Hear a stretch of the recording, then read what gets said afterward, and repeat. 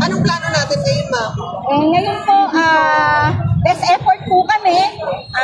Talagang susundan namin kung ano po yung dinidikta ng batas, kung paano kami makakalaban ng patas sa legal na paraan.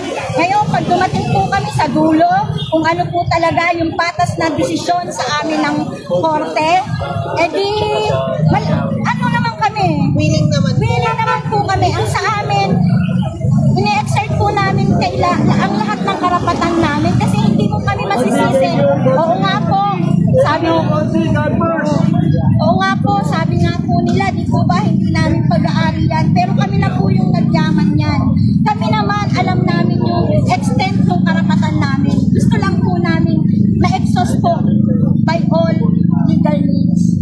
Ma'am, pangalan po nila, ma'am? Ruby de la Cruz po, ako po yung kumakatawan sa Kamalay po, presidente ng Kapitbayan, ang May Haligay Neighborhood Association. Ma'am, magkano binibigay kanina ni Ino-offer po ni Sheriff kasi yung under sa Udhalo, prevailing minimum wage times 60 days, which is 39, more or less 39,000. 37 Family po yun. Opo, hindi pa po yun lahat ng apektado. Kasi nga, magbabase raw po sila doon sa binabang report ng PICO. Doon sa report, sa 330 na naklasify nilang pamilya, ang parang underprivileged lang po doon is 167. So, yun lang yung bibigyan. Negotiable po kung pagbibigyan nila yun. Wala nga po kaming alam eh. Wala po kaming alam kung ano yung plano nila po sa amin. Wala rin po relocation. Wala po. Wala pong relokasyon. Thank you.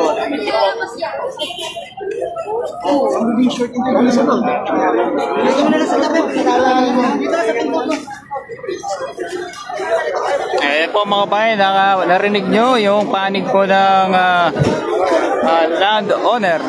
Ayan, wala po dito, nagsasampahan na.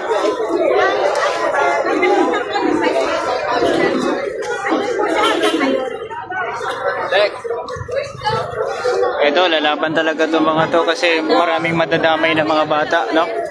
Maraming madadamay na mga bata. Maraming salamat po. Mga nanay.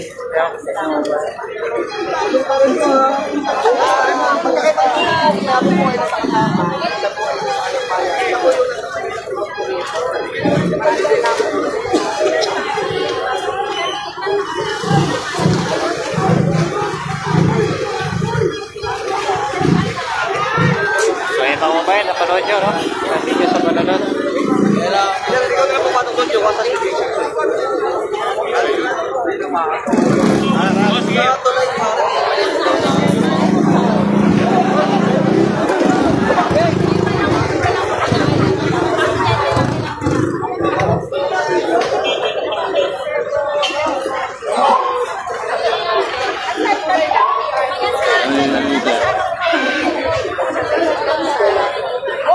Kanina pa po siya.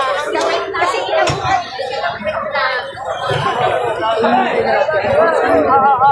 Ang paglabas. Na-apply na po. Paglabas po ng